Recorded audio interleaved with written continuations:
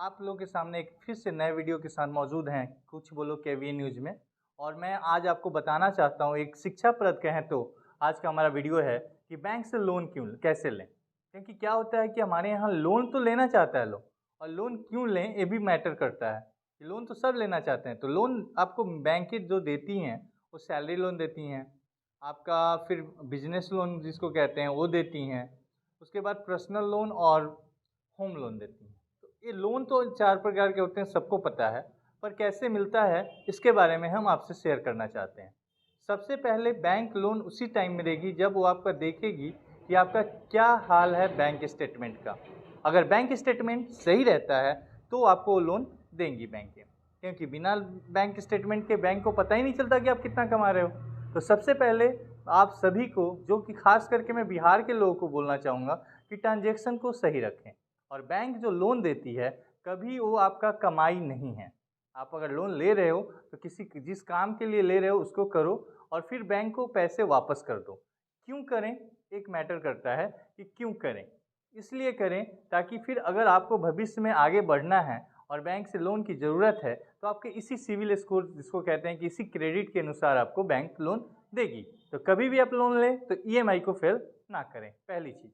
और लोन मिलता कैसे है? सैलरी लोन के लिए आपको पे स्लिप, जो आपकी सैलरी स्लिप है वो चाहिए होता है। बैंक का स्टेटमेंट आपको चाहिए होता है, जो कि आपको दिखाएगा कि आपने एक साल में कितना कमाई किया है। उसी पे गणना करती है बैंक कि आपको लोन कितना देना है। दूसरी चीज़ है कि आधार कार्ड, पैन कार्ड और बिजली बिल, इनके अनुसार बैंक आपको लोन देगी। उसके अलावा जो आपका बिजनेस लोन है उसके लिए आपके ऐसे कोई ना कोई आधिकारिक तौर पे डॉक्यूमेंट्स होना चाहिए जिससे पता चले कि वो आप लोन ले सकते हो। जैसे कि बिजनेस करते हो, जीएसटी हुआ, एमएसएमई हुआ, या आपके बिजनेस का रजिस्ट्रेशन होना चाहिए।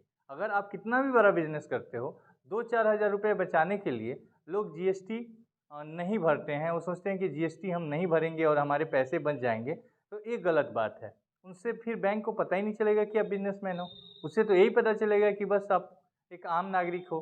तो आम नागरिक के लिए लोन बैंक नहीं देगी जब तक कि उसको दिखेगा नहीं कि आपकी कमाई हो रही है। तो बिजनेस लोन के लिए कोई ना कोई ऐसा रजिस्ट्रेशन कि आपका बिजनेस चल रहा है, ये होना ज़रूरी होता है।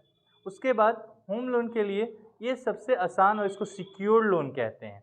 बाकी लोन अनसिक्योर्ड होता है जिसमें बैंक ज़्यादा सोचती है, लेकिन आपको होम लोन या लोन अगेंस्ट प्रॉपर्टी जो होता है ये आसानी से मिल जाते हैं। इसके लिए आपको अपनी ज़मीन की जो कागज़ होती है वो गिरवी रखनी पड़ती है, ताकि आप इसको वापस नहीं करें तो बैंक उसको नीलाम कर सकती है। लेकिन आपको अगर जब भी लोन लेना हो तो ये सोच के ही लीजिए कि मुझे उसको दे देना है। अगर आप नहीं देते हो तो एक तो आपका सिविल खराब होता है जिससे कि आपको फ्यूचर में लोन नहीं मिलेगा, और दूसरा दिक्कत ये होता है कि आपको भविष्य में फिर जो कहें कि हम सूदखोरों के चंगुल में फंसना पड़ेगा, जिससे कि आपको सूद देते देते आपकी ज़िंदगी बीत जाएगी। तो ये चीज़ों से बचने के लिए हमेशा इन चीज़ों का ध्यान रखें कि आपका क्रेडिट स्कोर हमेशा सही रहे। और अगर क्रेडिट स्कोर आपने बचा लिया, यानी कि आप छोटा सा भी बैंक से लोन लेते हैं, तो ईएमआई उसका ज़रूर देते रहें। और एक ख़ास बात ये रहता है, हमेशा कहा जाता है, हमारे बिहार में एक बहुत प्रसिद्ध कहावत है कि केसीसी माफ़ हो जाता है। इस केसीसी के माफ़ होने के चक्कर में कितने लोगों का सिविल खराब हो चुका है।